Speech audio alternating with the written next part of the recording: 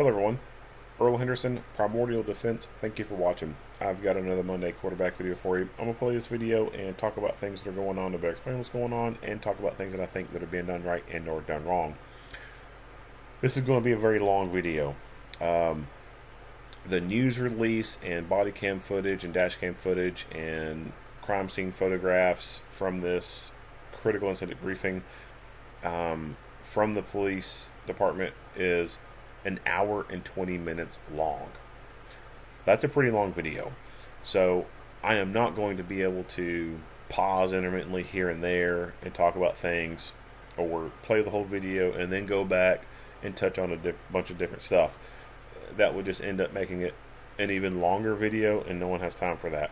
So I'm going to read to you Officer Wagner's Officer Down memorial page, and then I'll summarize some information from a news article, and then go straight into the news release video.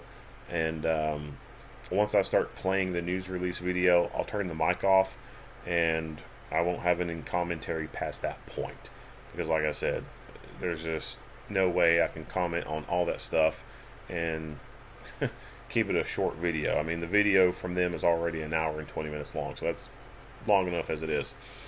Alright, so Officer Philip Wagner of the Lorain Police Department in Ohio was shot on July 23 of 2025, and then he succumbed to his injuries on July 24 of 2025. He was ambushed at Riverbend Drive near 2200 block of Colorado Avenue in Lorain on July 23. At 1 p.m., Officer Wagner and another officer were in their patrol vehicle eating lunch when a man opened fire on their patrol car. When they called for help, another officer was also ambushed. 2 officers life-flighted to Metro Health Medical Center in Cleveland, and 1 officer treated for a gunshot wound to his hand at Mercy Health Lorain Hospital. Officer Wagner succumbed to multiple gunshot wounds the next day. The shooter was killed in an exchange of gunfire with responding officers. Officer Wagner was a United States Marine Corps veteran and had served with the Lorain Police Department for 3 years and the Sheffield Village Police Department for 4 years. He is survived by his wife and 3 children. He was 35 years old. His law enforcement tour had been 7 years long. So this is a quick article on who the suspect is. In the news release from the police, they don't show a picture of him. They actually don't even show pictures of the officers, which is why I wanted to cover the news articles first, so you can see who's who, because they don't even show any of them. They don't even show who the fallen officer is, which I thought was a little odd. But anyway, so after he shot police and he got killed, they of course got a warrant to go search his home. So that's a picture of his home there. Apparently that is his window that they busted out. And at the time, I guess the time of this article, they were unsure if he had self-terminated or died by police gunfire, but he was shot and killed by police. Of course, this news article, or this news entity, talked to neighbors, and they described him as being different. And he seemed very meek, and like he was always concentrating on something, and that he was odd. Like there was just something odd about him. And they talked about the parents being, just sweet people, and that they were shocked that he did this. But they also had said that they didn't think that they were the type to own a gun. But as you'll find out in this news release, that this guy had 7 rifles and had over 7,000 rounds of ammunition with him. He had over 200. He had almost 300 loaded magazines with him when this happened. So let me jump out of this into another quick article and give some background on what's going on here. All right.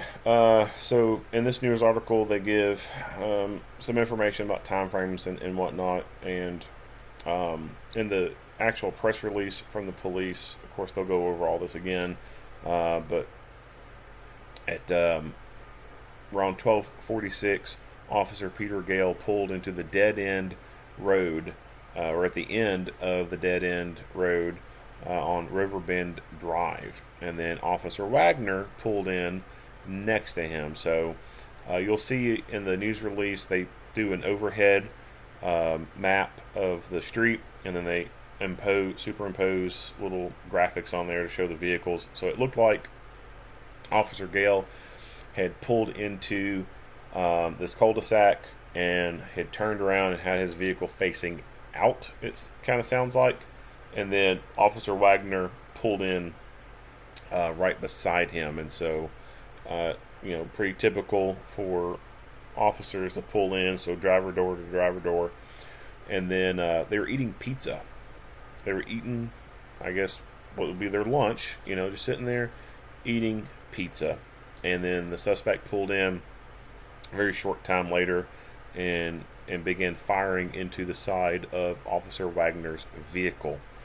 Officer Gale was able to drive away in his own vehicle. He went down the road and waited for other people to come there, while Officer Wagner remained behind and was in his vehicle incapacitated.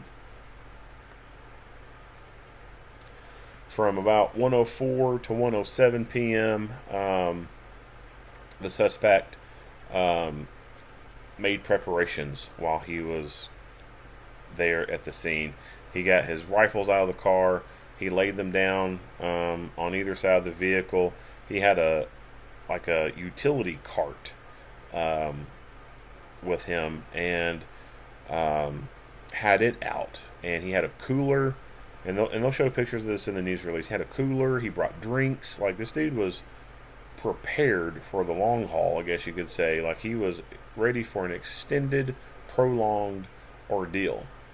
I mean, he literally had a cooler that he dug out of his car and set it up next to the side of it, along with his guns, and had all of his ammo, almost 300 magazines for these rifles he had. So he was setting up his Alamo, I guess you could say. At 1:07, another officer finally arrived on scene. That's Officer Brent Payne, and him and Gale go back to the area where this occurred at. Of course, when they get back there, they start taking fire. And you'll see the dash cam footage of this. About 25 to 30 rounds were fired at them. Officer Payne exits his cruiser, and while running towards the woods, he gets shot. In the tree, once he gets in the trees, he has continued getting shot at for another 15 seconds, and then he is able to communicate on the radio and relay information to what's going on. As he was taking fire, getting shot at, and then was turning around and running, Officer Gale was also, of course, being fired upon, and he turns his car around and takes off and leaves. At 1:10, an SUV with another Lorain police officer and an FBI agent arrived. They were able to find Officer Payne and put a tourniquet on him, which likely saved his life. So he was shot in the arm. This injury has shattered his arm, and he is probably going to be out of work for a year. Two other SUVs with Lorain police officers arrived and took cover, and they could see the suspect near his vehicle. They fired at him, shot and killed him. Last shot fired was at 1:12.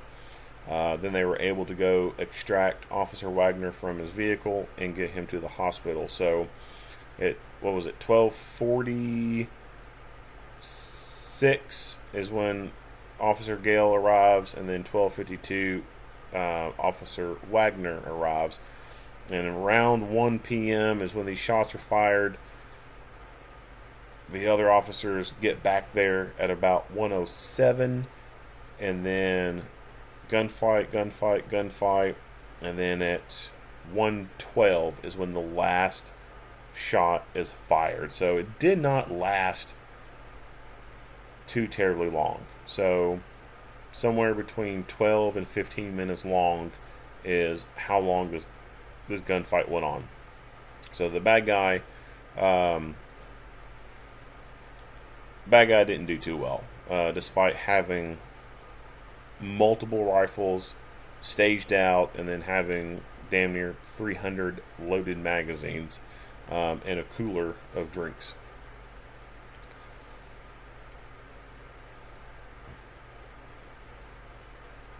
Officer Wagner, like I said earlier, died the next day at the hospital. The other two officers have survived. So they don't understand the suspect's plan or his motive or what his intended targets were. They don't believe that these three officers were specifically targeted. However, there's an interesting connection with Officer Wagner and the suspect. So back in like 2022, Officer Wagner here wrote the suspect a citation following a vehicle accident, and had originally charged him with leaving scene of an accident, and then also something about center lane or not maintaining lane or something like that. Something unique to Ohio, I guess.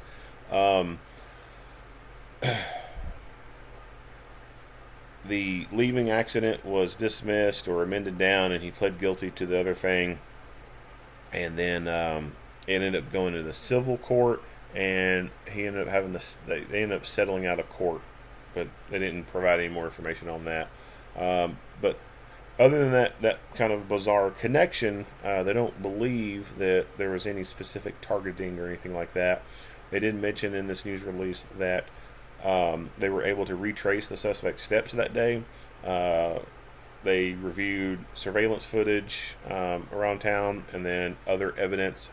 I suspect what they mean by other evidence was they got his phone and was able to retrace his steps using his phone.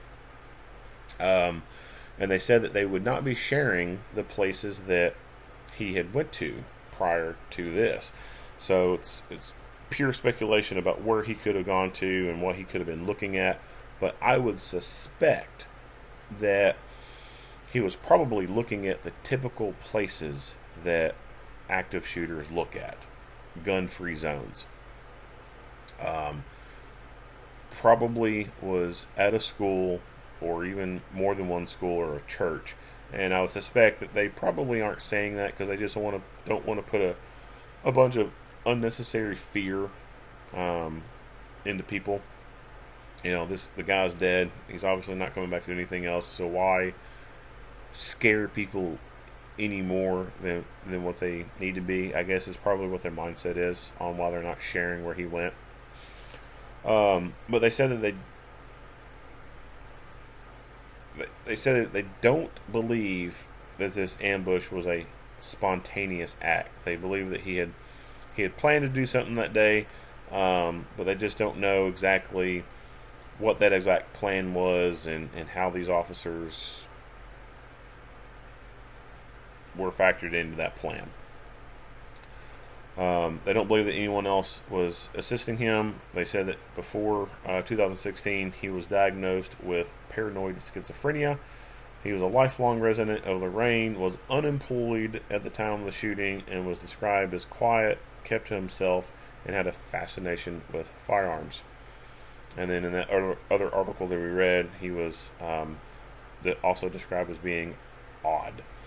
He was living with family members at the time of the crime. They knew he had guns, but didn't know how many that he had.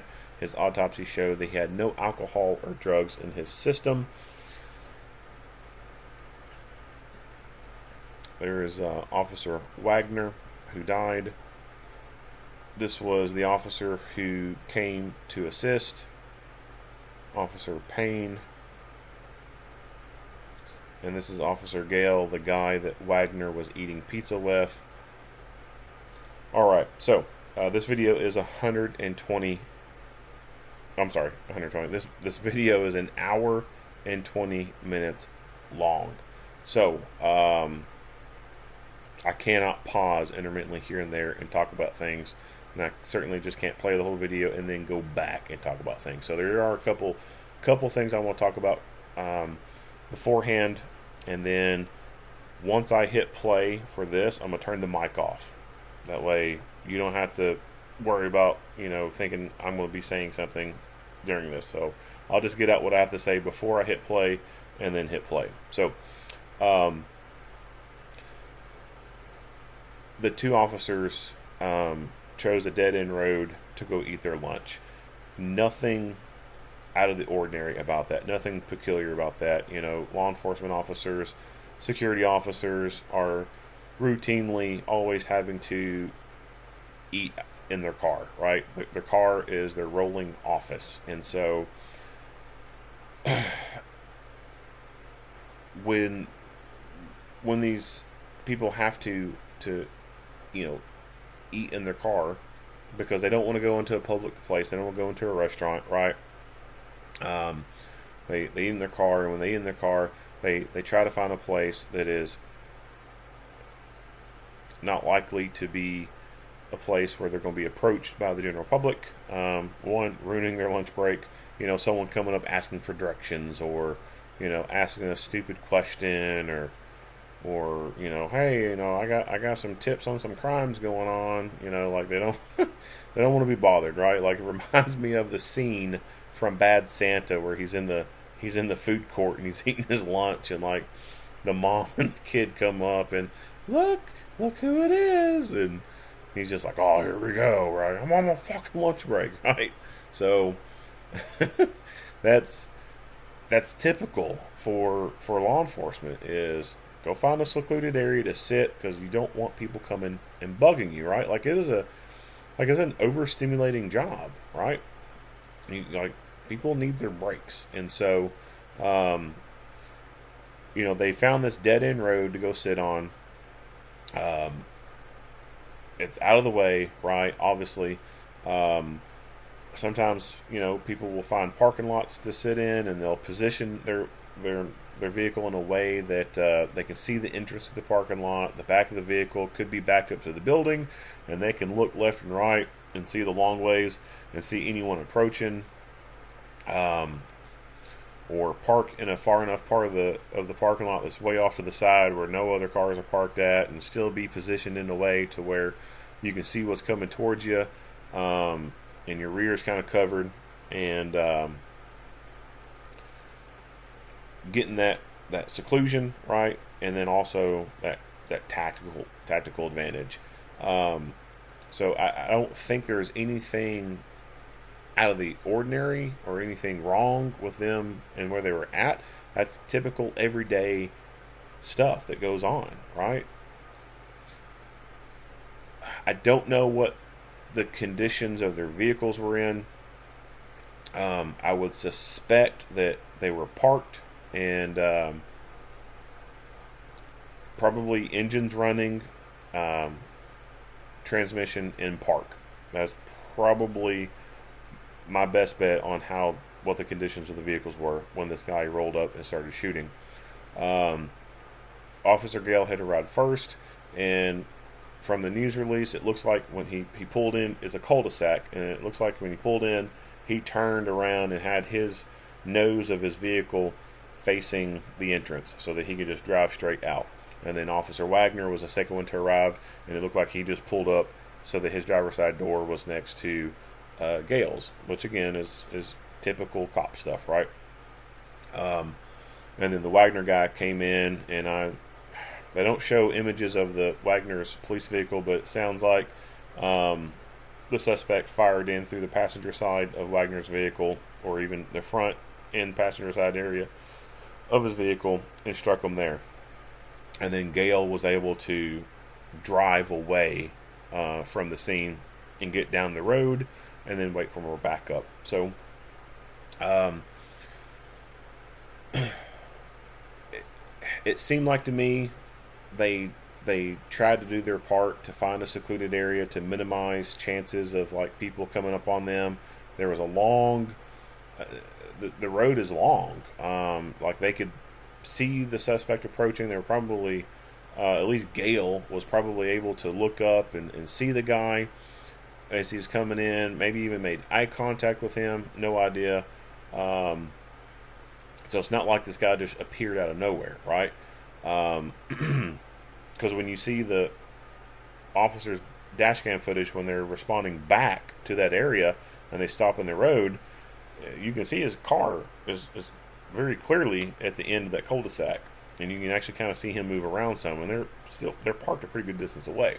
So I think they did all right finding a secluded area, parking in such a way that they could see the entrance, right, see people coming. Um, but again, I don't know what the conditions of the vehicles were. I don't know if they were in park or not. I suspect they were, and so that's what I want to talk on right there. Is when you're in your vehicle, avoid putting it in park, because when you have that vehicle in park, um, even if the engine is running, you might as well not even have the engine running, because in a very quick, sudden fight or flight moment, um, a person may not be able to quickly process the thought of reaching up and hitting the gear selector and taking off. You may just smash the accelerator and then nothing happens. What I would recommend is sitting in the car, leave the vehicle in drive, and just have your foot on the brake. Is that comfortable? No. But it is comforting knowing that you can very quickly drive off the X. It's a very quick, simple action. You just shift that foot over and smash the accelerator. You're not having to reach up, pull the gear selector down, or remember to do that, right? It very instinctively hit the gas and take off. Would that have made a difference? I don't know. Yeah, I have no idea. For Wagner, the way he was positioned, at least the way he's described he was positioned, he would have obviously driven into the end of the cul-de-sac and then go off-road. So it may not have made a huge difference for him or not. Or it could have. It could have gotten him off that X pretty quick. And it could have been Gale who ended up dying in this. So, this is one of the things about Monday quarterbacks and what ifs, right? You just don't ever know for sure. But I think it is a good idea. I think it's a good tactic to keep your foot on the brake, keep the vehicle in gear while you're sitting in it. That way, if you have to very quickly egress, drive off the X, it's just simple as taking your foot off the gas. Taking your foot off the brake and hitting the gas and taking off. The second thing is, when you're finding your tactical position, and then vehicles are coming to you, that should put you on a little bit more high alert, right?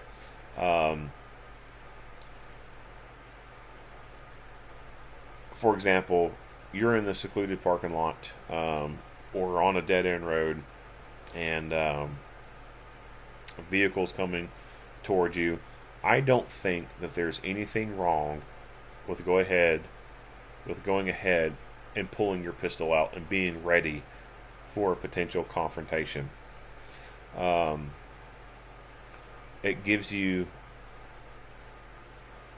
that extra step. It gives you that extra bit of a step forward in being able to more quickly respond to a threat.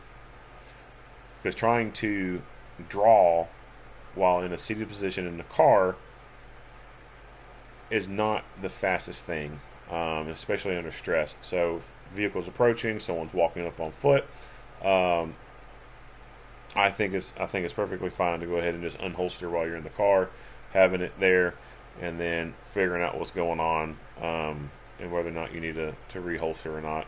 If it's someone coming up on foot, I don't even think you need to be sitting in the car at all past that point. Like, you should be getting out of the car and getting on your feet. There was an incident,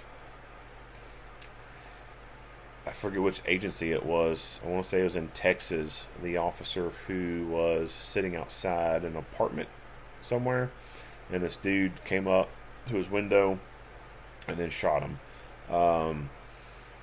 And I talked about this kind of stuff in that video as well. Anyone that approaches on foot, do not remain sitting in the car. There's no reason for you to be sitting there, and then being able to be that close to you, and you have no means of quickly getting off the X, which goes back to never having your car in park if you're sitting inside of it, and just always having your foot on the brake. So aside from that, the other thing to touch on is when Gale left the scene, waited for backup, and then they responded back, it did not appear to me as though any of them had rifles ready. Officer Payne gets out with his pistol and fires pistol rounds at a very long distance at the suspect. So this is a gunfight, and anytime you go to a gunfight, you bring a rifle and you bring your friends with rifles. They should have had rifles out and ready to be able to very quickly put those into the fight. I think that had they had rifles, this probably would have ended a lot sooner. I think that instead of them both responding in two separate vehicles, I think they could have consolidated into one vehicle. Passenger have the rifle out and ready as they get closer, and then be able to dismount and then be able to start putting rounds on target pretty quickly. Their approach, so they're on a dead-end road, and they approach in the vehicle and they stop a pretty good distance away, and then the suspect starts shooting at them. That's a very long open area, and it's putting yourself out in the open with really no good cover. There were what looked to be some kind of woodways or wood line on the side. I think that it probably would have been better to dismount out of sight and then proceed in on foot. Of course, that's going to take a lot longer to get there when you have to hoof it on foot versus driving in. But at the same time, if you're in the woods, you got lots of cover. You got lots of trees to be able to get in behind. It's going to stop bullets effectively, more efficiently than a car.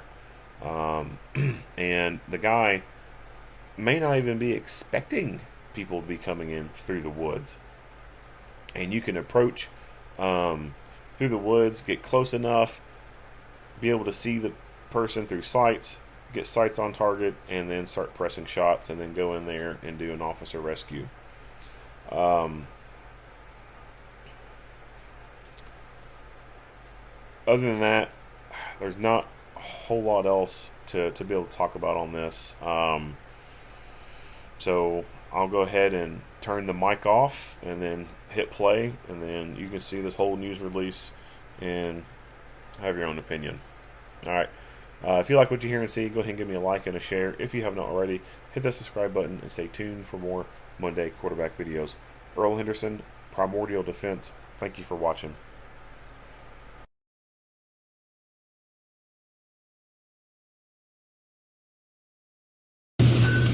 We're here today to provide an update of the July 23rd officer-involved shooting and homicide in the city of Lorain. Chief James Walsh will provide opening remarks, followed by Captain Bill Lance, who will give a status of the investigation. Lorain County Coroner Dr. Frank Miller will also give his remarks. At the conclusion of the presentation, we will open it up for a few questions. All of the information presented today will be available for download using the QR code on the handout provided over on the back table. Chief Welsh?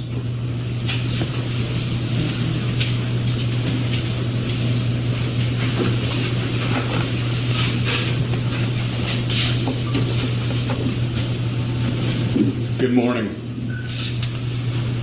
On July 23rd, 2025, our community was shaken by a senseless and violent act. The tragic loss of Lorain police officer Philip Wagner, who was ambushed and fatally shot in the line of duty by 28-year-old Michael Parker of Lorain, Ohio. We continue to hold Officer Wagner's family in our hearts and prayers during this difficult time. Lorain police officers Brent Payne and Peter Gale were also injured while bravely confronting the threat posed by Parker. We will continue to support them as they recover. When I spoke with many of you on Riverbend Drive that tragic day, I made a promise that the Elyria Police Department, along with our law enforcement partners, would conduct a thorough and impartial investigation and keep the public informed. Today, I stand before you to honor that promise and provide you with an update of our findings. There is no doubt that Officer Wagner's ultimate sacrifice, along with the swift and courageous response of Lorain Police, saved lives. Responding officers engaged Michael Parker and returned fire. During the exchange, Parker sustained a fatal gunshot wound. Our investigation has uncovered a chilling reality. Parker acted alone, and he was armed with a significant cache of weaponry, ammunition, and explosives. The evidence confirms that Parker had a deliberate and evil plan to inflict mass casualties upon humanity. Thanks to the heroic actions of Lorain police officers, a far greater tragedy was averted that day.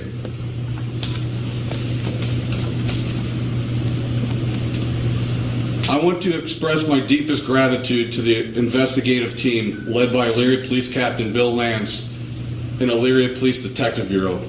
Your tireless work has been essential in uncovering the truth. I also want to acknowledge our investigative partners, Lorain County Sheriff Jack Hall and his deputies, the Ohio Bureau of Criminal Investigation, and the Federal Bureau of Investigation and Cleveland Division, led by Special Agent in Charge Greg Nelson and Assistant Special Agent in Charge Ryan Presley. Your collaboration and dedication has been invaluable through the course of this investigation. To our media partners, thank you for your patience as we work through the details of this complex investigation.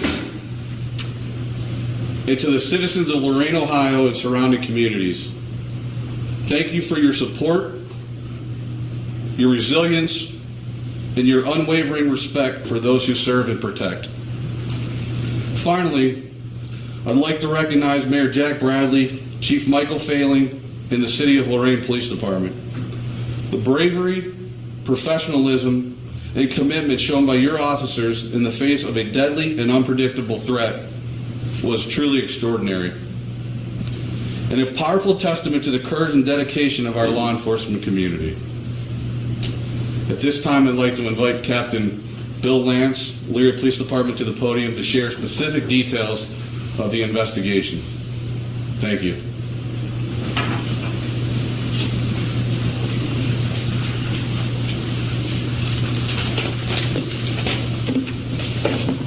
Thank you, Chief Welsh.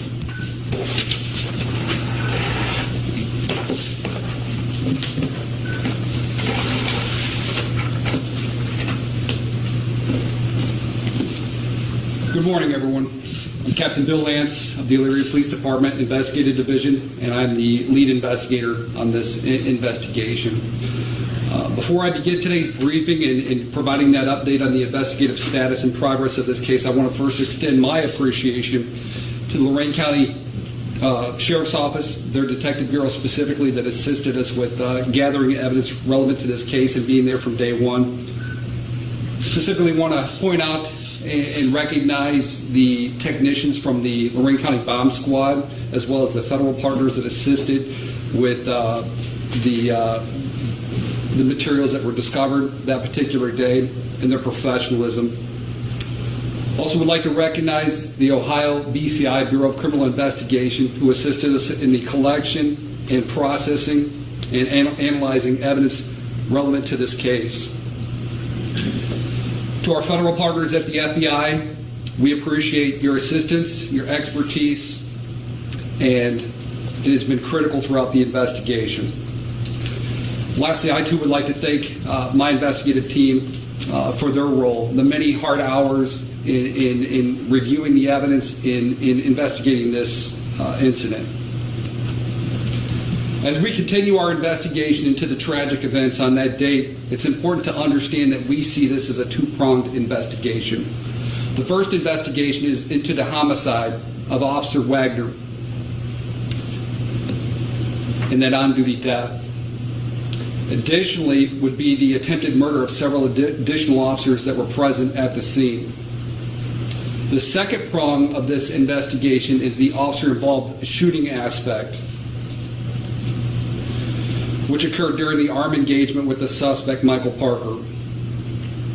The goal of the homicide investigation is to answer those critical questions that still remain. While we know when this occurred, where this occurred, and who's responsible, we want to namely understand the why.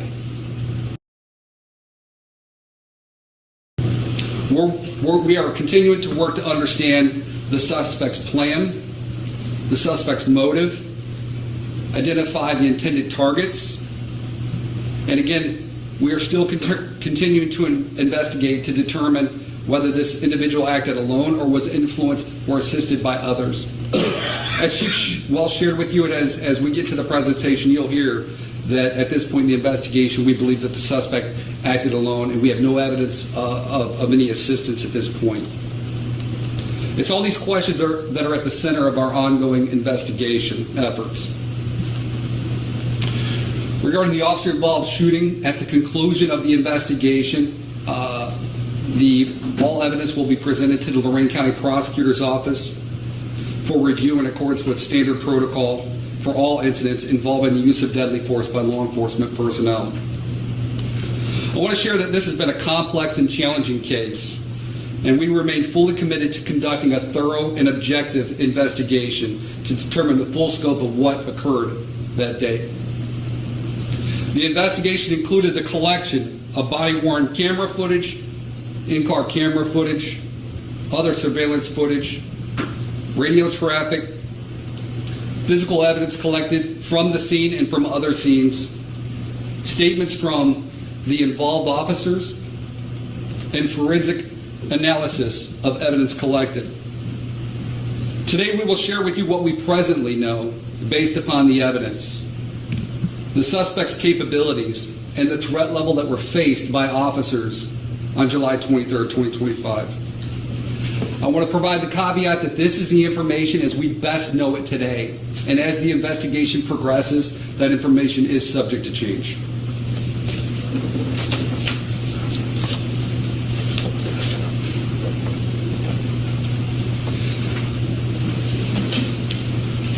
So again, just to quickly recap, on July 23rd, 2025, at approximately 1:05 p.m., an officer-involved shooting occurred in the city of Lorain, Ohio, at the dead end of Riverbend Drive, commonly known to the Lorain Police Department personnel as the Missouri Avenue Extension.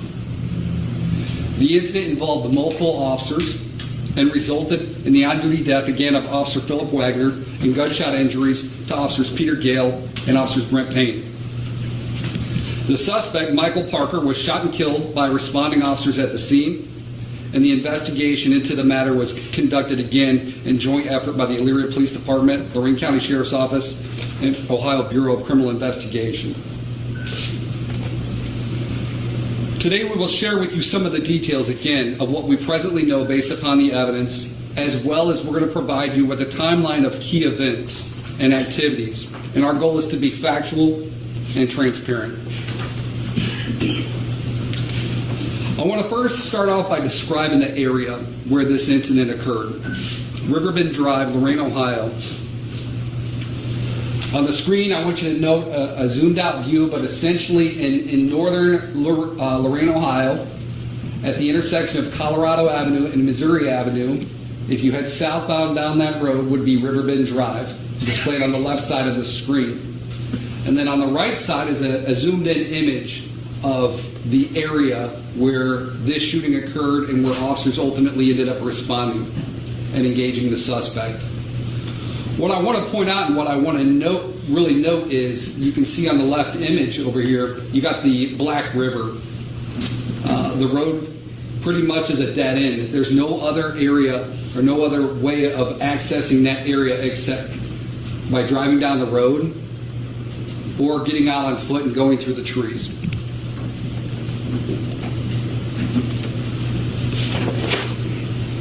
What we learned during our investigation is the Riverbend Drive in Lorain is generally considered a quiet cul-de-sac, again off of Colorado Avenue. And that this area is used by walkers and joggers and people to use this recreationally, people walking dogs, using some of the nearby trails. And it's used recreationally because of the scenic views that it provides. Also, during our investigation, when speaking with Lorain officers, we determined that this is an area that is commonly used by them to whether stop and eat lunch, write reports, complete paperwork, as was the case on July 23rd, 2025. An update is it was initially suspected that the suspect was there and lying in wait. That he was at the scene ahead of time prior to officers. He was staged with his firearms and waiting. And after reviewing all the available evidence to us, what we determined is that's not the case, that officers were there first. We know in reviewing the evidence that Officer Gale, after picking up a pizza at the local Marco's Pizza, ended up traveling down to the scene and arrived there at 12:46 p.m. Officer Wagner arrived a few minutes later at 12:52 and pulled up directly next to Officer Gale. So next I'm going to kind of walk you through the timeline of how this event played out. And then at some point we'll share some videos. We have some in-car camera footage that we're going to share. We have some body-worn camera footage that we're going to share. And then we're going to share some scene photographs so that you guys have a true understanding of, again, what those officers went through and what the scene evidence tells us. So these are images that we created. Obviously, to give context, we didn't have anything else that we could share to provide this context. So on Wednesday, July 23rd, again at 1:03, we have both officers, Philip Wagner in the black SUV and Officer Peter Gale by the blue and white vehicle, parked at the end of Riverbend Drive down in the southeast corner of that cul-de-sac. They're eating their lunch, again, eating that pizza, having conversation. And at 1:03, while both suspects are still eating lunch, a suspect arrived in the area in the vehicle that is registered to the suspect and immediately began firing upon Officer Wagner's cruiser. During that gunfire, Officer Wagner was struck and incapacitated.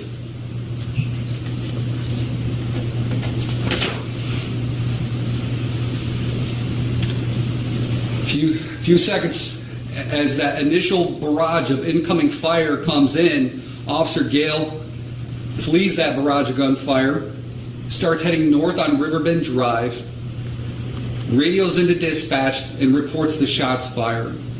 And that is letting the other officers know what's going on over there. Officer Gale continued northbound. He eventually turned around, staged, and waited for his backup.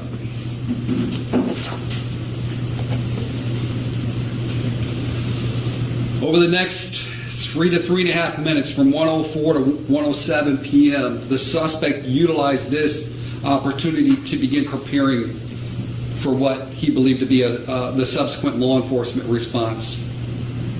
The suspect ended up repositioning his vehicle. You can see to that little gravel area on the south end of the cul-de-sac. The suspect backed his vehicle in and began pulling equipment out of his vehicle and staging it around his vehicle that you'll see here shortly in a few slides. What I want to share is while staging, the suspect ultimately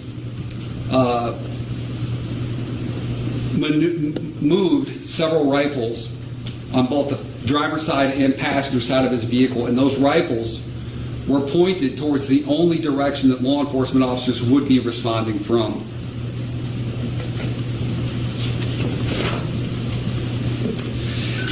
Hearing Officer Gale's radio traffic, Officer Brent Payne, as well as several additional officers, began responding to the scene.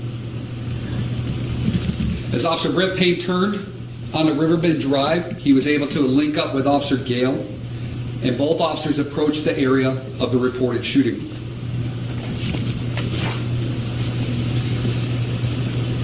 At 1:07 and 42 seconds, Officers Payne and Gale round that corner and they observed the suspect vehicle in the distance.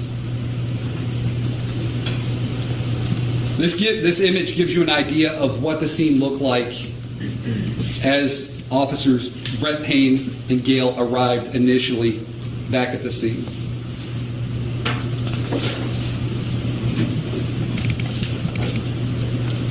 This is a screenshot of the dash camera from Officer Payne's vehicle. As he's pulling up, and before the first shot's fired, Officer Gale radios that the suspect is armed with a rifle. He identifies it's that silver vehicle right there that you can see in the distance. And then within seconds, on the in-car camera footage, Brent Payne's cruiser, the windshield, starts getting struck and impacted with gunfire. You will see it in the videos that we're going to provide, the multiple impacts to the front windshield in rapid succession.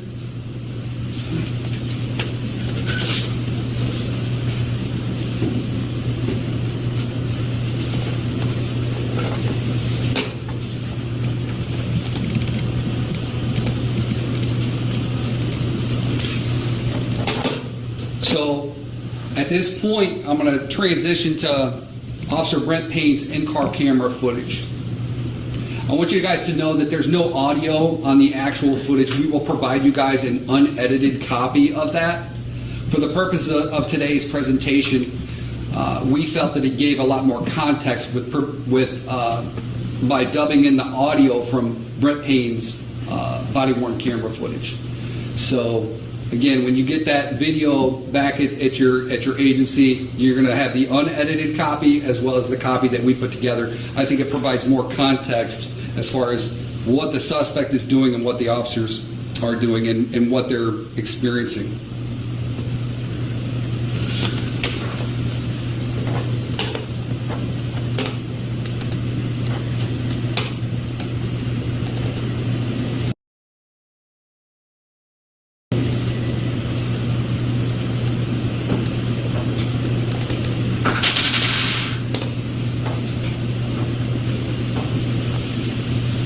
Again, this is Officer Brent Payne's cruiser. He just turned onto Riverbend Drive. He's sitting southbound on Riverbend Drive.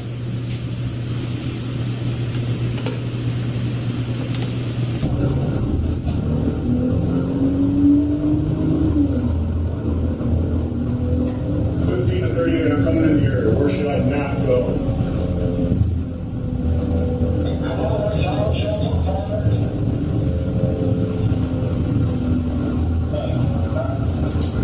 Officer Gale's vehicle in front of him.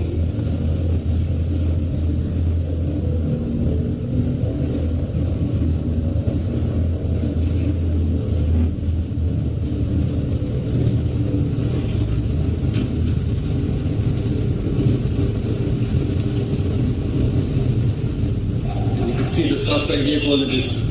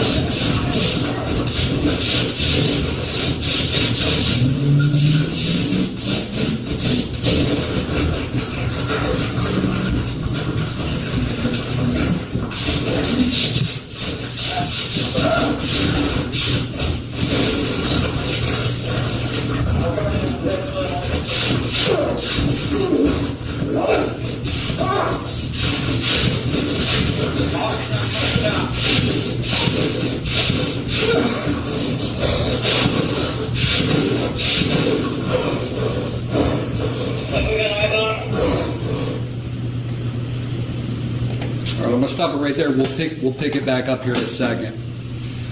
So what did we see there? What did we hear? We heard silver vehicle right there. It says silver vehicle. That's Officer Gale telling Officer Payne it's that vehicle down there. Officer Gale radios and says he's got a rifle. He's got a rifle.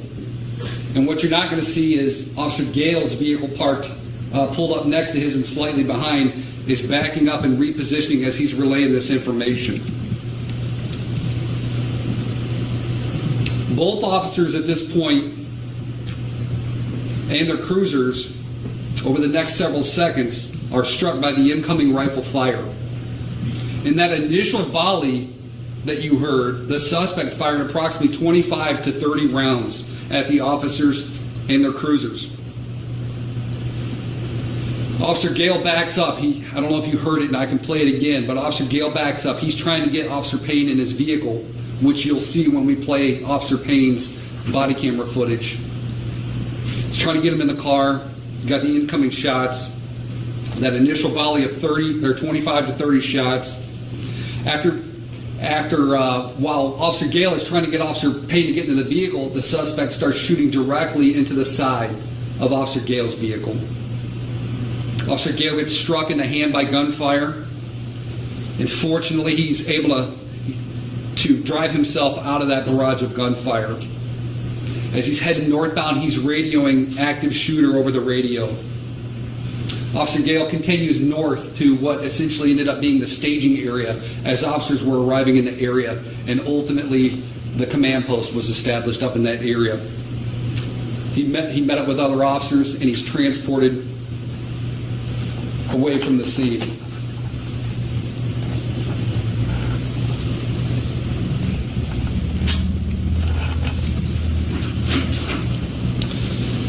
What you're going to see when we play Officer Brent Payne's body camera footage is he's able to, he gets out of his vehicle, he starts to maneuver towards the back of his cruiser. His intent was to retrieve his patrol rifle. Never got the chance. While he is attempting to move away from his vehicle after he starts receiving incoming gunfire, he starts to move on foot north and east towards a wood line. What you'll see is the suspect fires an additional volley of approximately 30 rounds at both Officer Gale, his vehicle, striking his vehicle and shattering the back window, and Officer Payne as he continued to maneuver towards the wood line. Officer Payne did briefly return fire. He got a couple shots off with his service weapon. As he got closer to the wood line, he fell in the grass, and ultimately he was struck both in the hip and in the lower arm. Despite his wounds, he was able to crawl into the wood line and radio for other officers for assistance. In the footage that we share with you today, obviously, we're going to provide as much as we comfortably can, being respectful to that situation. So what you will see is Officer Payne arriving in the area, some of that radio traffic again, him maneuvering out of his vehicle, behind his vehicle, and then as he's trying to maneuver towards the wood line, the suspect continuing to engage him in gunfire. So as Officer Gale is struck by, after he's struck by the gunfire and he is heading back northbound, another SUV pulls up to the scene. And that vehicle included Detective Shoemaker and Rodriguez, as well as Special Agent Thompson of the FBI. As they arrived in the area and we spoke with them, they observed and heard incoming gunfire and rounds striking the ground, traveling through the trees. This group of personnel fortunately was able to maneuver their SUV over to the area where Brett Payne had radioed that he had went down. Brett Payne did a phenomenal job with sharing enough information and guiding the responding officers and detectives to his location. At that location, these personnel fortunately were able to provide immediate medical aid by putting a tourniquet on him, likely saving his life.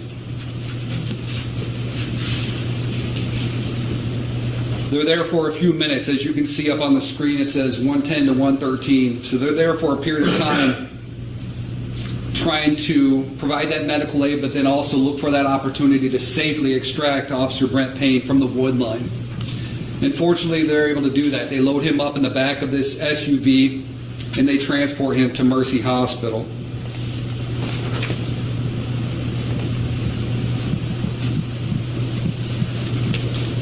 Next, I'm going to play Officer Brent Payne's body camera footage. This again will describe, or will depict and show him arriving at the scene, him maneuvering back towards his vehicle, and the suspect immediately firing upon both him and Officer Gale. You'll see Officer Gale's in the vehicle in behind him after he falls to the ground and gets back to his feet. You'll see Officer Payne attempt to maneuver around Officer Gale's vehicle, and then Officer Gale's vehicle, it's at that point that his vehicle starts to get struck by gunfire. He gets struck himself, and he departs the area. And then you'll see Officer Payne continue towards the wood line, and that's where the video will stop.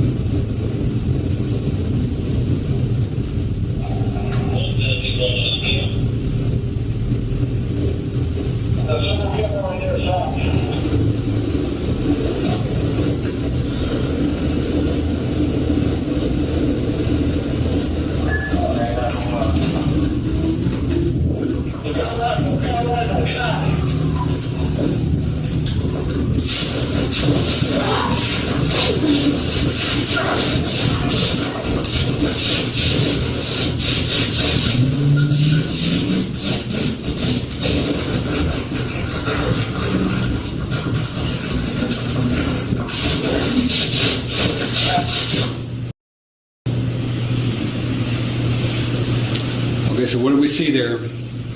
We heard again on the traffic coming over on the body camera from the radio, Officer Gale reporting that silver vehicle right there. Stop right there.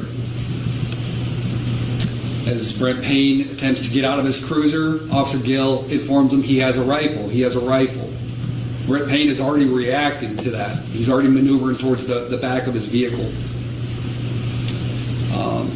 You see Officer Payne go to the ground several times.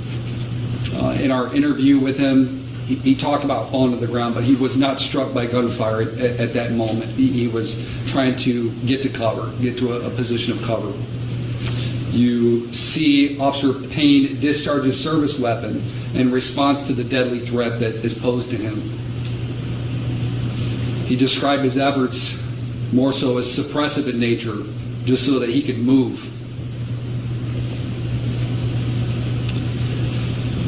You see a maneuver around Officer Gale's vehicle, and then Officer Gale again gets struck during that period. And we're not going to share that footage, but he departs the area. And then we know the other detectives in the SUV are arriving right as Gale is departing. Payne gets into the wood line shortly after this. For the next 15 seconds at least, the suspect continues firing upon Officer Brent Payne's position, trying to strike him. Payne does an extraordinary job of, in that moment, under that stress, relaying his position and providing updates and information so that officers can get in there.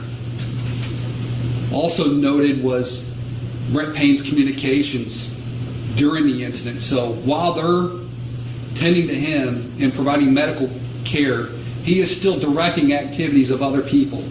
Before they pull him out, he's looking out for his fellow officers, saying, "Do we have cover before you pull me out? Do we have cover?" They're like, "We got you. We got it covered."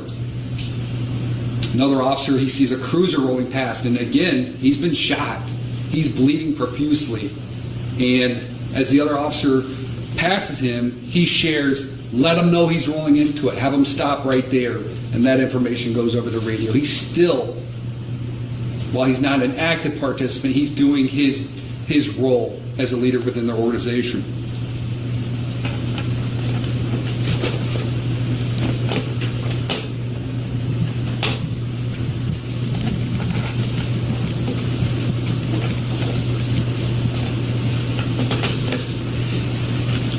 So during the period where the detectives and Special Agent Thompson were working to extract Brent Payne from the wood line, you have your first vehicle pulling up to the scene.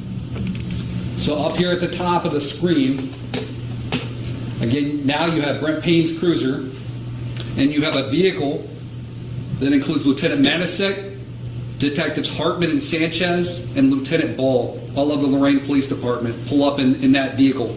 They dismount their vehicle and they begin taking positions of cover, using Brent Payne's cruiser for cover. Following right behind them is another SUV that includes Detective Craig Payne and Sergeant Vrooman. They dismount their vehicle and maneuver up close and take a position of cover.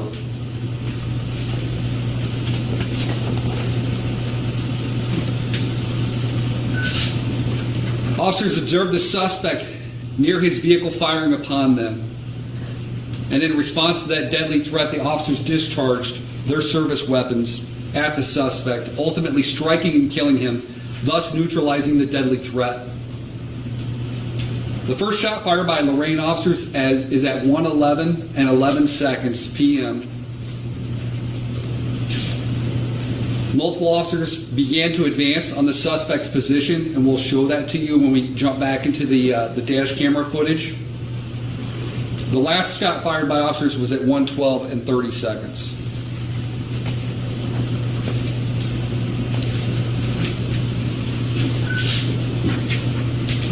So here you see the suspect's vehicle backed into that gravel area. On the right side of the screen at 1:19, just before 1:20, you have a tactical team or an approach team approaching the suspect, determined that the suspect was deceased, and they begin taking action to secure the scene. These personnel initially, when they got up there, took cover behind an electrical box that provided some cover, and they conducted an assessment. They continued to hold security with other officers at the scene as other officers were attempting to focus their efforts on extracting Officer Wagner from his cruiser, providing medical aid, and getting him evacuated out of that area. Now I'm going to transition back to Officer Brent Payne's in-car camera footage, and we'll walk through that a little bit more.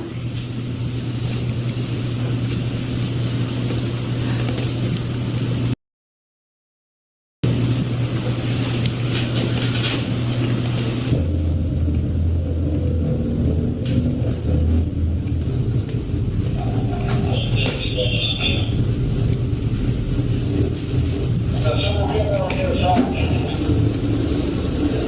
So at this point, try to focus your attention in the upper left-hand screen. The suspect, you will see the suspect moving about his vehicle.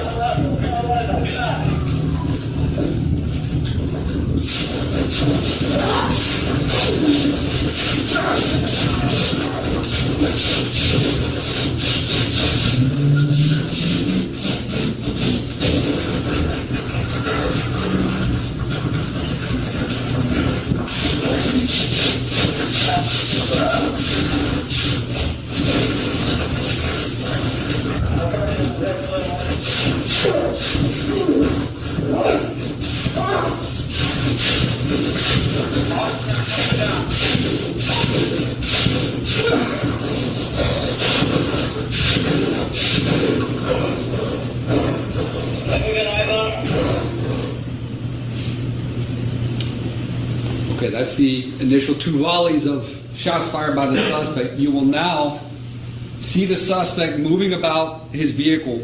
He begins staging items around the vehicle. So you'll see him move both on the passenger side, driver's side.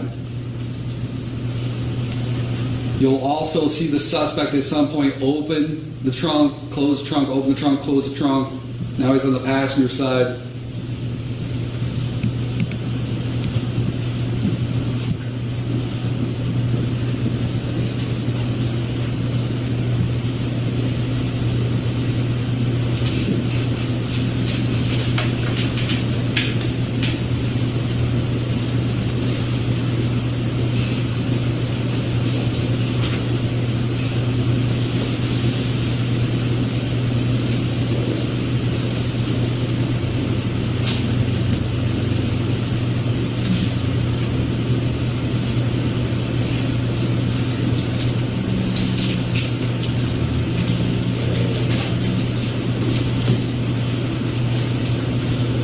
Close the trunk, open trunk, close trunk.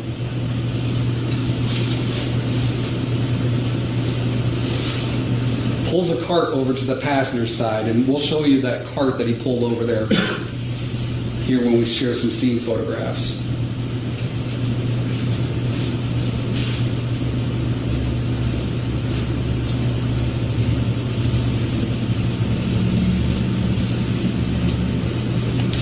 So what do we know that's going on right now? Right now, there's the extraction efforts, the rescue efforts on Officer Brent Payne. We were very fortunate as a community that the suspect took this lull and began staging and setting up for whatever plan he had, and that the officers were, during that period, safely able to get over to Officer Payne and extract him while the suspect began staging, continuing his staging.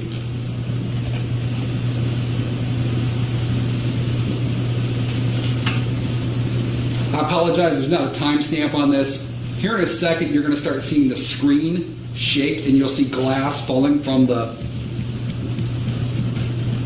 bullet holes onto the dash. That is your indication that officers are now, the officers that I described, are now returning fire at the suspect. It's during that period that they're utilizing the vehicle as a position of cover and engaging the suspect in the distance.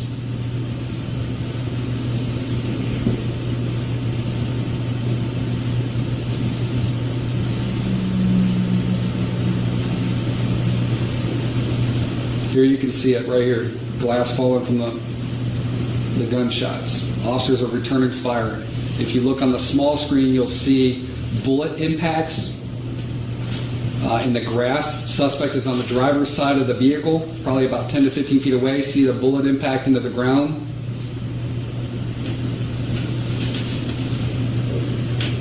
Another bullet impact into the ground.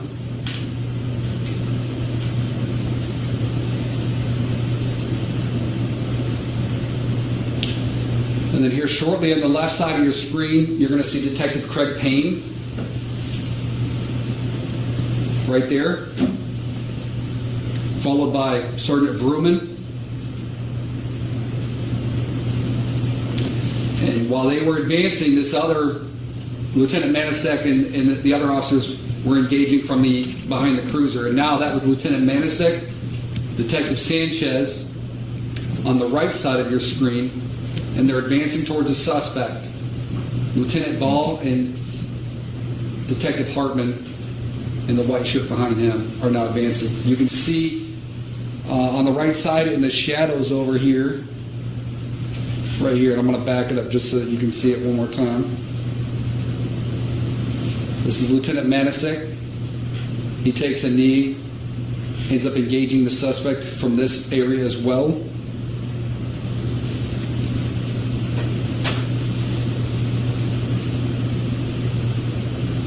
And then they continue to advance towards the suspect's position.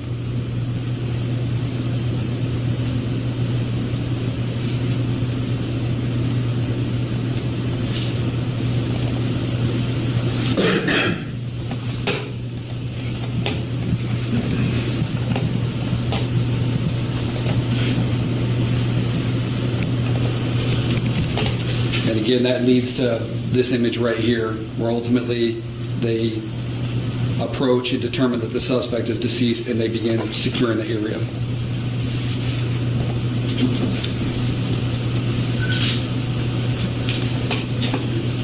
At the same time that they're again dealing with the suspect, officers located Officer Wagner in his cruiser. He was extracted and emergency aid was administered, and he was transported by police cruiser to Mercy Hospital. Due to the severity of the incident, Lorain Police Department requested mutual aid, and numerous law enforcement agencies and their tactical teams responded and conducted a coordinated search of the surrounding areas to confirm that there was no immediate or ongoing threat to the public safety. Once the scene was secured, it was handed off to us to conduct the investigation.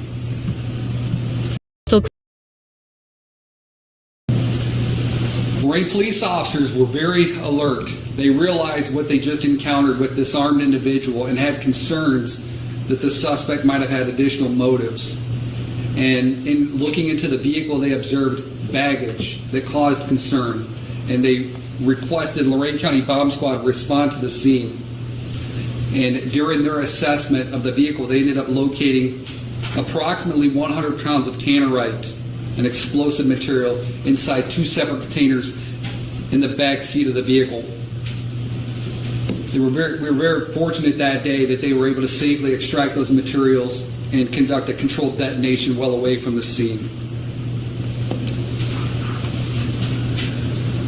Officer Wagner succumbed to his injuries the following day on July 24th. So next we're going to share some information about the scene itself. We want to provide an overview of what the scene and what the recovered evidence tells us about the suspect's capabilities and the threat level officers faced on that date. What we can share is the suspect was heavily armed. The suspect had a total of 10 firearms that were all purchased by the suspect that we confirmed that were recovered at the scene. 7 of which were rifles. 5 of those 7 had magnification or optics, a scope on top of them, which indicated the suspect's intent to engage from distance and with precision. Additionally, we located 1 shotgun and 2 handguns. This is looking south, so you're standing at the north end of the cul-de-sac and looking south, and off to the left you have Officer Wagner's vehicle. In the middle and at the end of the cul-de-sac, the suspect's Toyota is parked and backed in.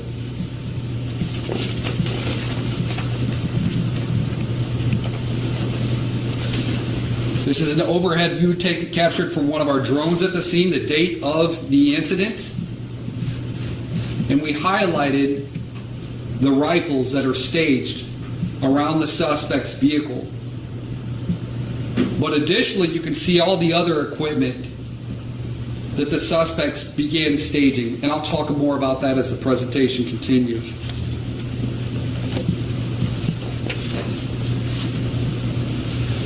Based upon the spent casings located at the scene, we were able to confirm that the suspect fired at least 103 times, primarily using the rifle platform.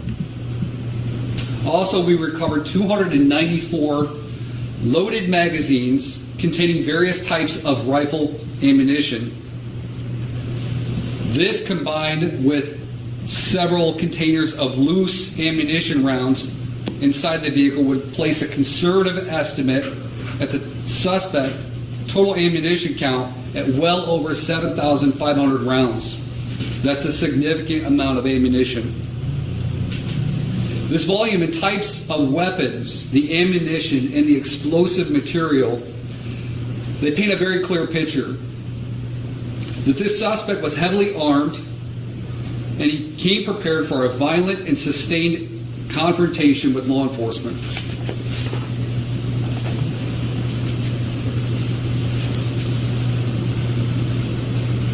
Shown here are the bags that contain the magazines that I'm about to show you around the suspect's vehicle. In those bags, when you open them up, you can see all the rifle magazines. When we pull them out, this isn't even all of them. This is just to give you an idea of the volume and the preparation that goes into loading each one of these magazines bullet by bullet, taping them together.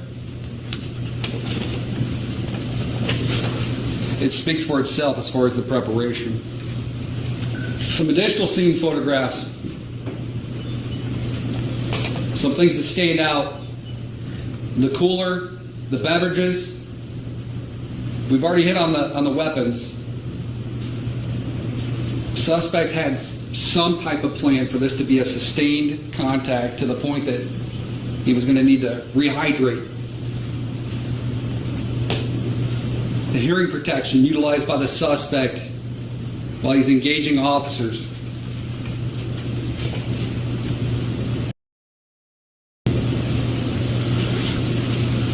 From this angle, you see the cart that I referenced earlier in the in-car camera footage.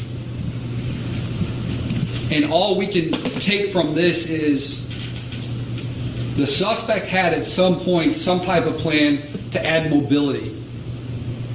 The cart could be used to transport those bags of ammunition. Those are not light, those are heavy. Could be used to hang the firearms off of. But we know that this is indicative that the suspect at some point had some type of plan to add mobility to this situation. Inside the vehicle, AR-style rifle as well as a shotgun.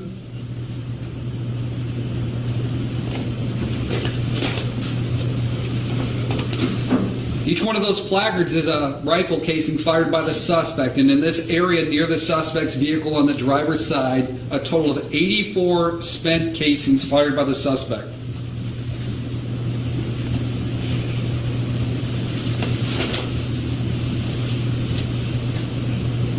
Other rifles collected at the scene. The two on the one in the upper left and on the bottom were closest to the suspect on the driver's side in the grass area in that photo that you observed.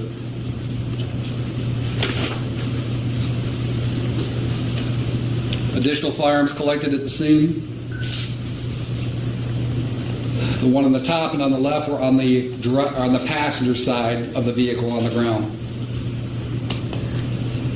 This was found on the passenger side, the lower right-hand corner with the handgun, passenger side in a bag, as well as another loaded handgun in the center console area, another rifle near the driver's side rear in a box,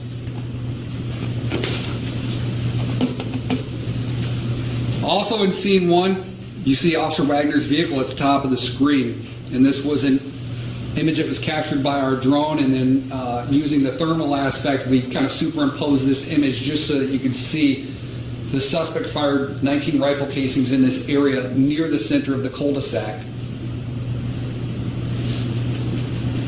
that correlated to the rifle round impacts on the passenger side of Officer Wagner's vehicle. It matched the evidence over there. So we're going to move on to scene 2. So scene 1 was the furthest southern end of the cul-de-sac. Scene 2 is the area where Officer Payne's vehicle was, and where Lieutenant Manasek and then subsequently Detective Craig Payne engaged the suspect initially. There you have Brent Payne's cruiser, Lieutenant Manasek's SUV. And again, this was the area where officers ended up returning fire at the subject. We collected casings from this area.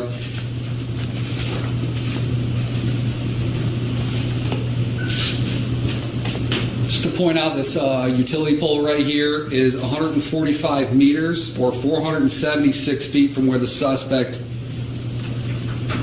was positioned.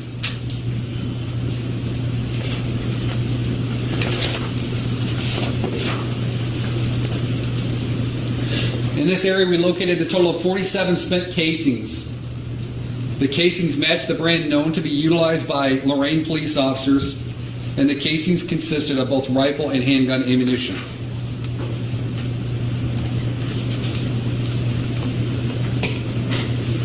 Provided this image just so that you can, again, see the bullet impacts from a different location. Just wanted you to note the bullet impacts on the windshield, on the hood.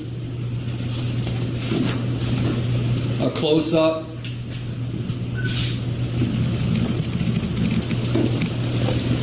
And we'll talk about scene 3. Scene 3 consisted of just Officer Gale's vehicle. So after he headed up to the staging area, he was transported away from the scene.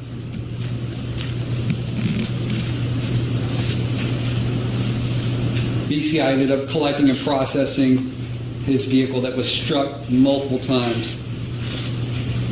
Right here on the driver's side, or on the driver's door, you can note the multiple bullet impacts directly right where Officer Gale would have been.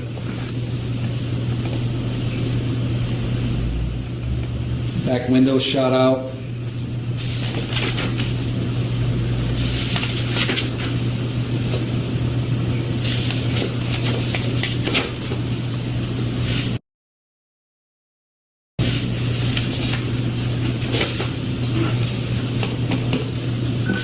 So we ended up conducting interviews with officers. I'm not going to provide specific details, but I'll do kind of a collective overview of what we ended up determining from those interviews.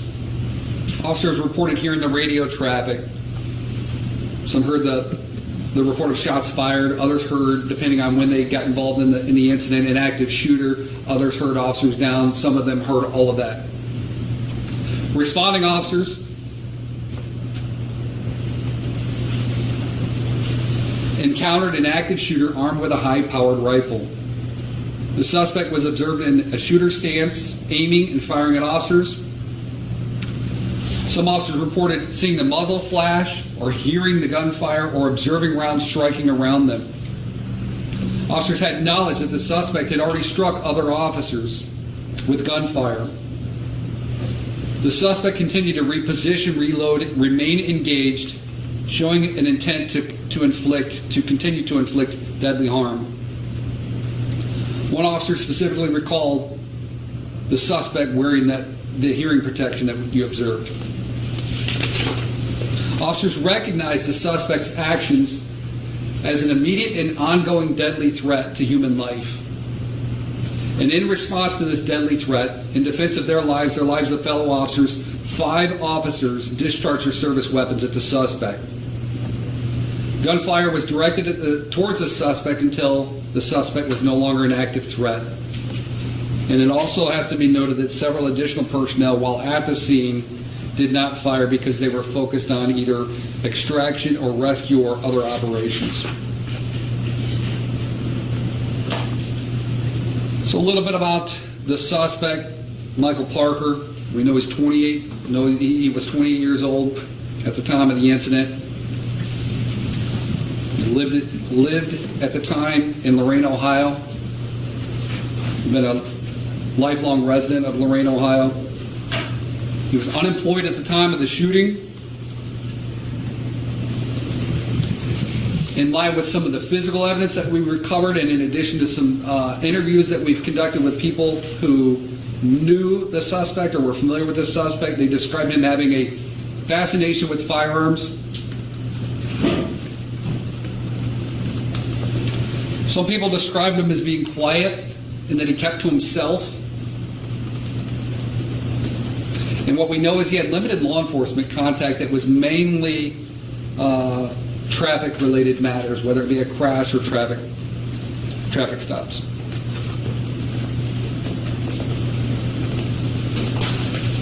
Let's talk a little bit about motive. As part of the investigation, we have reviewed the prior contacts between law enforcement in an effort to better understand what the suspect's possible motive is. We're aware of the motor vehicle crash that occurred in the city of Lorain, where Officer Wagner subsequently issued the suspect a citation as a result of that motor vehicle crash investigation. The crash occurred October 23rd, 2022. That case was resolved in Lorain Municipal Court on May 4th, with Parker ultimately entering a plea of no contest to a left of center violation, and the separate charge of leaving the scene of an accident was dismissed. Following that, because that tied into a crash, the other motorist involved in that crash filed a separate civil suit in Lorain County Common Pleas Court on February 6, 2023, and that was settled out of court on March of 2024. While that information provides a little bit of background context, I just want to be clear that we have not uncovered any evidence during this stage of the investigation that identifies that any specific individual, to include Officer Wagner or Officer Gale, or an intended target. Furthermore, again, all available evidence points that Michael Parker acted alone in his armed attack on law enforcement. Based on the evidence recovered so far, it's clear that Michael Parker did have a plan. And while that plan has not been uncovered through a note or through a manifesto, the evidence and the capabilities show us that he had something planned. And that the extent of the plan is still under investigation, but what we do know is this was not a spontaneous act. We know Parker's firearm history dates as far back as 2019, as far as the firearms that were present at the scene. That purchase history for all of those firearms began in 2021. What we know between March and July of 2025, the suspect acquired 4 additional firearms during that time period on any type of typical ownership. Planning and intent, we included this, and I kind of already hit on it. But just to recap, plan of some type of plan or intent of going mobile at some point, and the beverages. This is going to be planning on being out there for a while. The mobility aspect of this is extremely concerning. Had the suspect gone mobile and maneuvered into another position or into the wood line, this could have been a very, very tragic situation. And again, the responding officers and their initial intervention and subsequent neutralization of that threat saved a lot of lives that day. So the next steps, through our partners with the FBI, we continue to examine digital evidence and other materials recovered both from at the scene and at the suspect's residence. And we're still awaiting the results of those examinations. Our goal is to gain a fuller understanding of the suspect's intent planning process to determine, again, whether he acted alone or was influenced or assisted by others. Again, as the officer involved shooting, that aspect of the case will be formally presented to the Lorain County prosecutor. That's going to conclude my block. Again, we will open it up for a few questions at the end. Again, when we get to that point, I just ask and remind you that this is an open and active investigation. With that, we shared as much as we felt comfortable without compromising that investigation, but we will try to field a couple questions to see if we can answer those as well. I'm going to invite Dr. Frank Miller, he's the Lorain County Coroner's Office, up to the podium so that he can provide a little bit more information regarding the suspect, Michael Parker.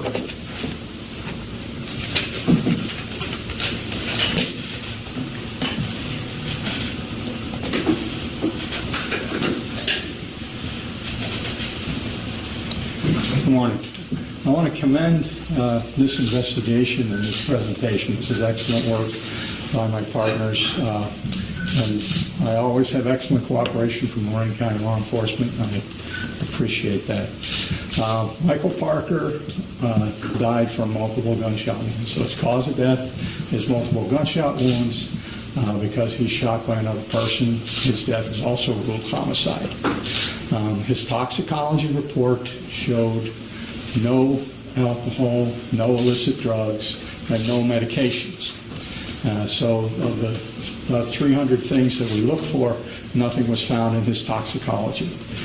And his medical history is not real known for the last 8 or 9 years. But in the past, about 12 or 13 years ago, he has had issues with a thought disorder. He's been diagnosed as schizophrenic in the past. He's been diagnosed as having a psychotic disorder or illogical thinking in the past. He was on medicine.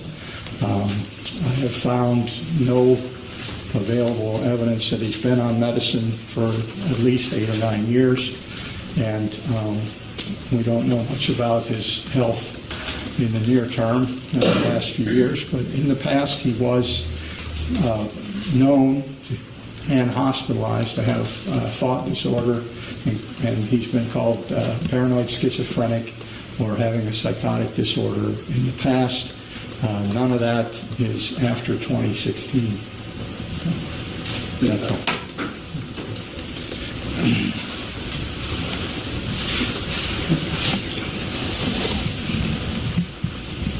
I want to invite Chief Michael Failing from Lorain Police to say a few words, and then we will open it up to some questions.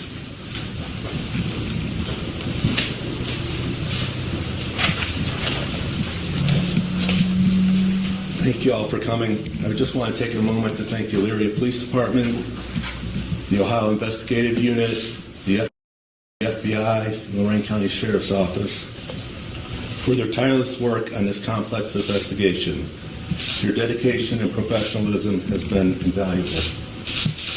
I also want to extend my gratitude to the numerous police departments that responded to the scene that day and those who continue to assist us in the days followed.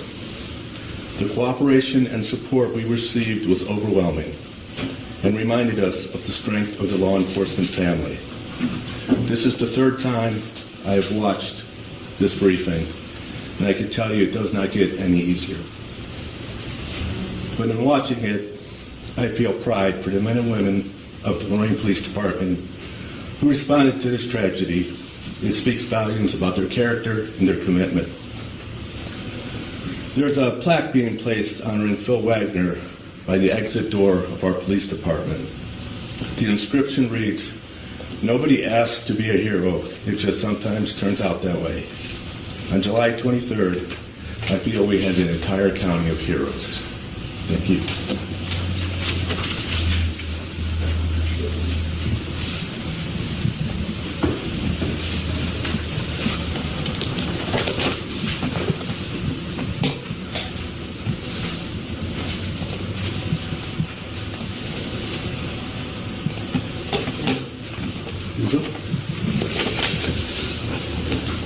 All right, that's going to conclude the presentation. We will open it up. We will take a few questions if there's any questions. Yes, sir. Chief or Detective Captain, what was really, among many things, striking with that video is that they didn't wait for SWAT.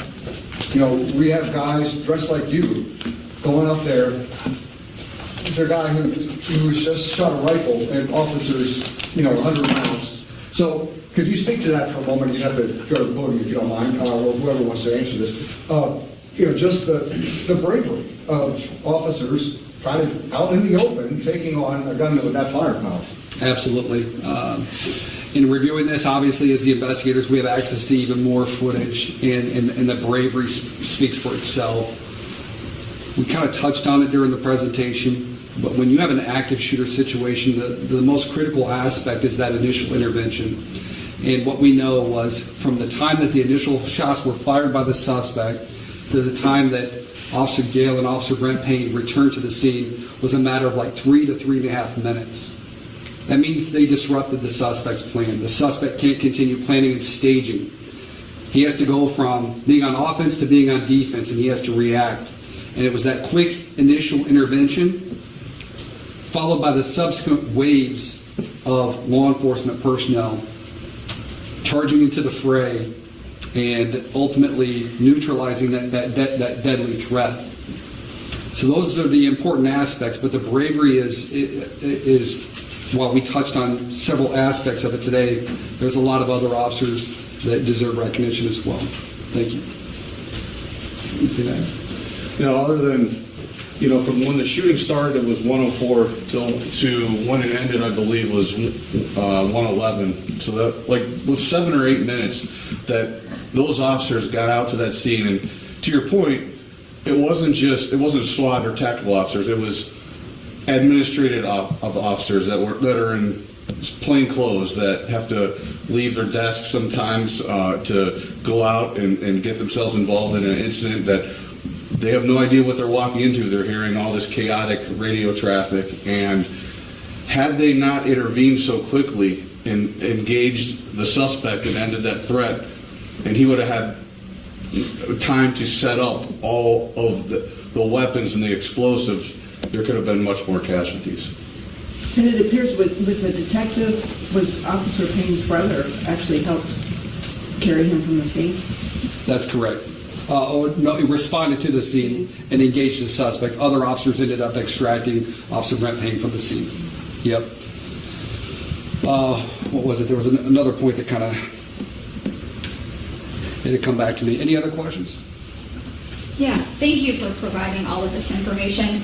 When we see the magnitude of the guns and the magazines that were there, I'm wondering if you can explain more about Parker's living situation, where he was keeping all these weapons leading up to this moment, and if he was living with family, did they have any indication of what was going on?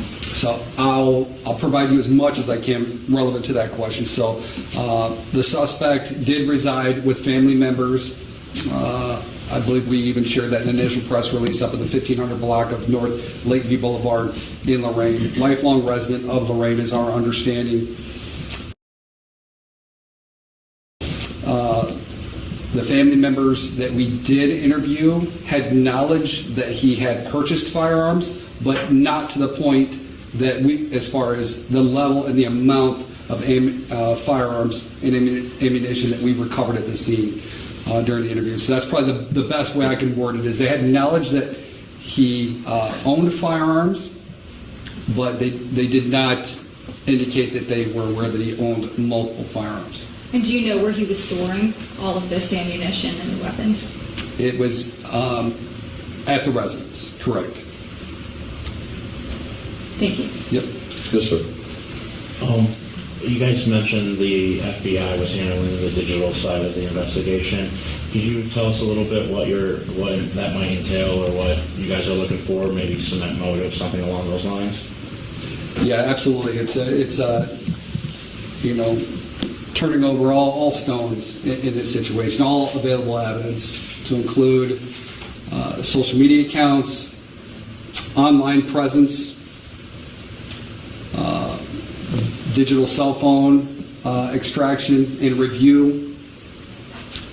So, as well as during the execution of the search warrant, we located additional electronic devices belonging to the suspect at his residence. So it's a combination of all that.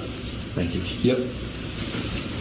Can you clarify at what point Officer Payne was shot? You had said that in the body cam footage he's seen stumbling, but you had said he was not. The shots did not cause him to be to stumble. Was he shot while he was in the tree line radioing for help? Was he shot in his car? Can you just clarify? Yeah, so in the video, right where the video shuts off, what happens next is he gets back to his feet. He fell right there, and when he gets back to his feet, and he's right on the edge of the wood line. Within seconds of where the video stops is when he gets shot at the edge of the wood line.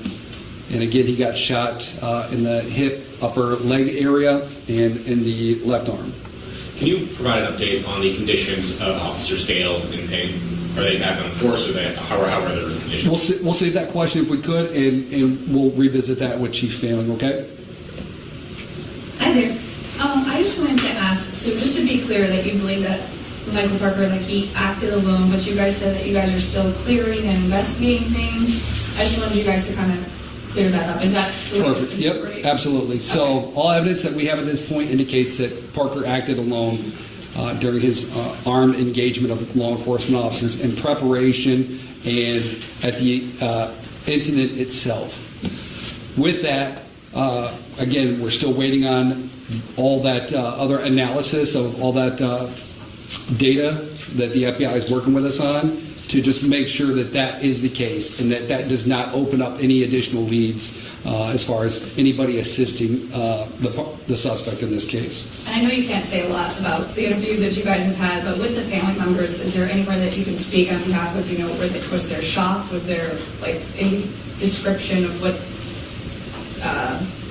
they said when you guys interviewed them? I think with a situation like this, yes, that there's always going to be shock, that there's going to be dismay and not understanding, and it takes a little bit of time to digest that information.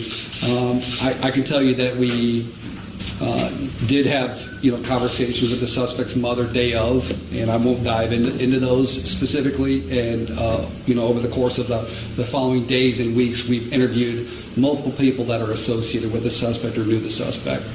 Thank you. Yep. Real quick, with all the weapons, did he have to go through a background check?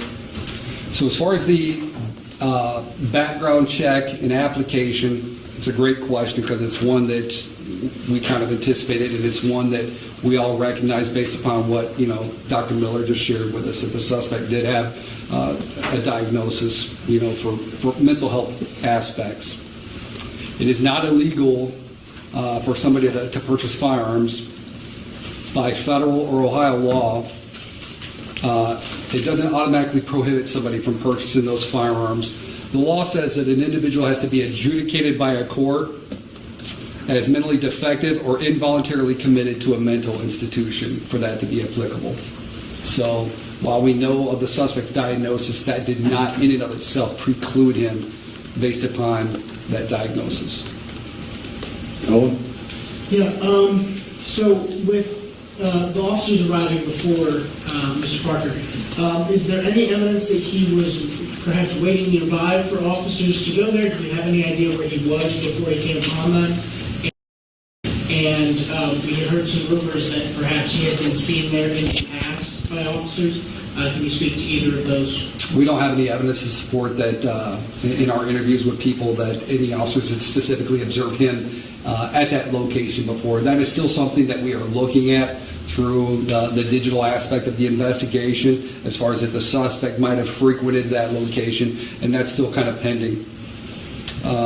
What was the other aspect? There was another part of the question. If he had perhaps been waiting for officers to drive back. Okay, as far as the suspect timeline, what I can share with you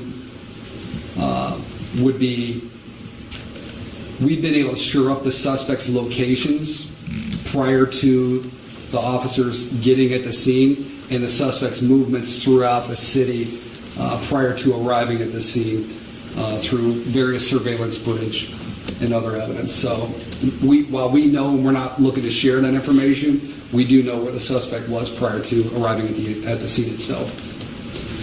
It's also worth pointing out when we kind of talked about like planning and motive and not really knowing what the suspect's planned. At this stage in the investigation, we haven't uncovered anything that also indicated that the suspect was intending to, fire upon law enforcement officers. We don't know at this stage if the suspect's initial intent was to fire upon the civilian population that may frequent that area. That's an unknown for us, and ultimately we're hoping to have a better understanding of that. But what we do know is regardless of those circumstances, firing upon law enforcement or firing upon the civilian population, one would have to understand that that is going to immediately be met with a significant and heavy law enforcement response, which would require him to engage in preparation for that law enforcement response. Yes, sir. Can you talk a little bit about the, obviously Officer Wagner is very seriously injured at the beginning of this interaction. Can you talk about some of the efforts to save him? It sounds like officers weren't able to even get to his car until the shooter was dead. Correct. So the first thing that officers had to deal with was neutralizing the active and deadly threat. As soon as that occurred, officers, to include Detective Payne, Sergeant Vrooman, Detective Hartman, immediately transitioned and focused their efforts on rescue and recovery efforts of Officer Wagner, extracting him from his vehicle, providing what aid they could, loading him up into a cruiser, and the subsequent transport to a local hospital.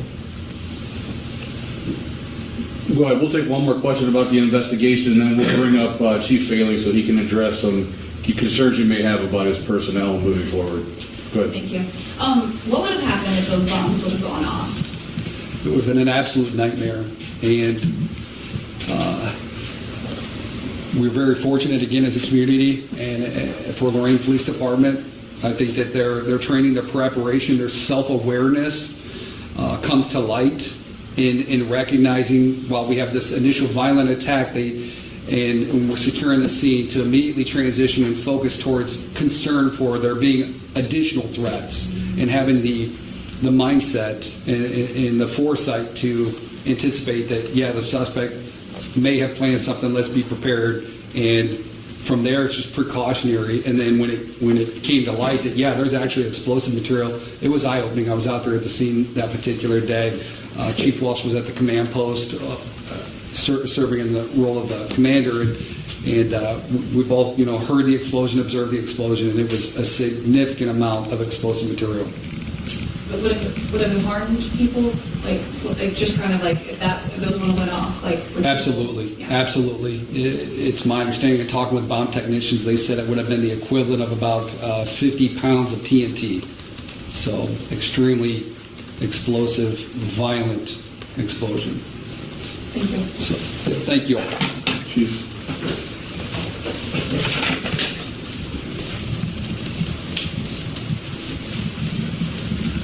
Update on the officers. Officer Gale had surgery to his hand. He is currently recovering.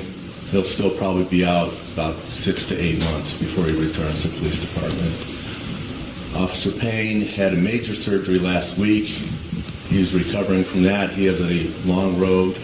His arm was completely shattered. So we don't see him returning for at least a year. However, I think he wants to return tomorrow. We're going to have to lock the station doors and kick him out. Thank you.